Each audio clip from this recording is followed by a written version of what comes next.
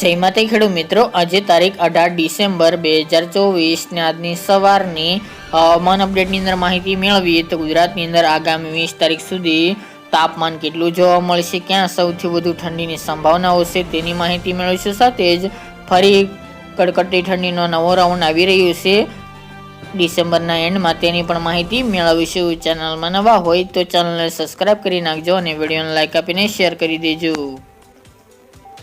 હાલ મિત્રો વાત કરવામાં આવે તો 2 દિવસથી ઠંડીમાં થોડી રાહત મળી રહી છે. સાથે ઘણા ભાગોની અંદર તાપમાન અત્યારે ઉપર જોવા મળી રહ્યું છે. રાત્રિનું જે લઘુત્તમ તાપમાન હોય છે તે ઘણું ઊંચું પહોંચી ગયું છે.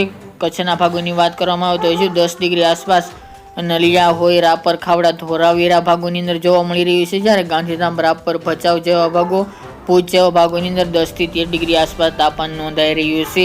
હજુ પણ ગુજરાતની અંદર 2 દિવસ દરમિયાન ઠંડીનું જોર ઓછું જોવા મળે તેવી સંભાવના રહેલી છે.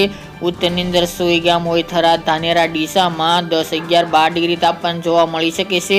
પાલનપુર, મહેસાણા, ઈડર, વડાલી, ખેડબ્રહ્મા, બનાસકાંઠાના અન્ય ભાગોની અંદર પણ 13-14 ડિગ્રી આસપાસ તાપમાન હજુ પણ જોવા મળે આગામી 2-3 દિવસ તેવી સંભાવના રહેલી છે. એટલે કે ઊંચું જોવા મળે તેવી શક્યતા છે. અમદાવાદ, ગાંધીનગર, ખેડા, દાહોદ, ગોધરા, મહીસાગર જેવા મધ્ય પૂર્વના ભાગોની અંદર 13 ડિગ્રીથી નીચું તાપમાન રહેવાની સંભાવના રહેલી છે.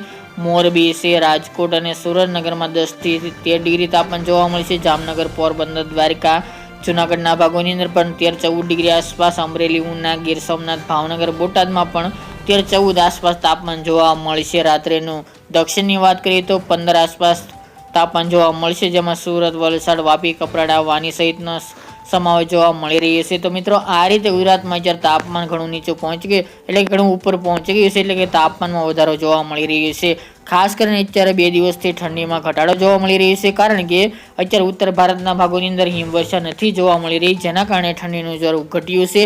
આપણે પણ જણાવ્યું હતું કે 15 થી 20માં ઠંડીનું જોર ઘટી શકે છે. તે મુજબ અત્યારે ઠંડીનું જોર ઘટી રહ્યું છે. પરંતુ મિત્રો, ફરી ગુજરાતમાં ઠંડીનું જોર ક્યારથી વધશે તેની વાત કરવામાં આવે તો ખાસ કરીને 22 અથવા તો 21 આસપાસ ફરીવાર ઠંડીમાં મોટો વધારો થાય તેવું અનુમાન રહેલું છે. અને મોટાભાગની અંદર તાપમાન 10 ડિગ્રી કરતાં પણ નીચું, તો તેમજ અડધા ભાગોની અંદર 10 ડિગ્રી આસપાસ તાપમાન જોવા મળે 22 થી 30 તારીખ દરમિયાન તેવી સંભાવના રહેલી છે. કારણ કે ઉત્તર ભારતની વાત કરવામાં આવે તો ઉત્તર ભારતના પર્વતીય વિસ્તારમાંથી એક WD એટલે કે વેસ્ટર્ન ડિસ્ટર્બન્સ આવી રહ્યું છે, મોટું બહોળું, જે આગામી 21-22 આસપાસ પસાર થવાનું છે, જેની સીધી અસર ગુજરાતમાં જોવા મળશે.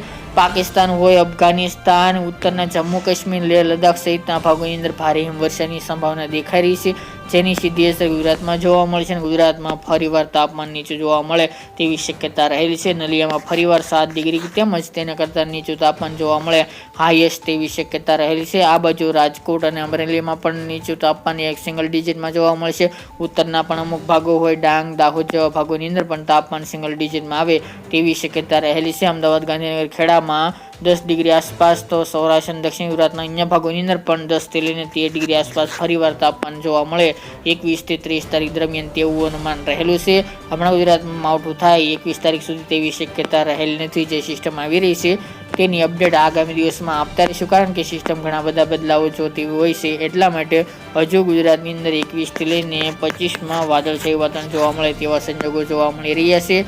માવઠાની પણ અમુક ભાગોની અંદર શક્યતાઓ દેખાઈ રહી છે, પરંતુ હજુ સિસ્ટમમાં ફેરફાર થશે અથવા તો દિવસમાં પણ ફેરફાર થઈ શકે છે, તારીખમાં પણ ફેરફાર થઈ શકે છે. વધુ અપડેટ આપતા રહીશું. અને સવારની માહિતી માટે આટલું જ.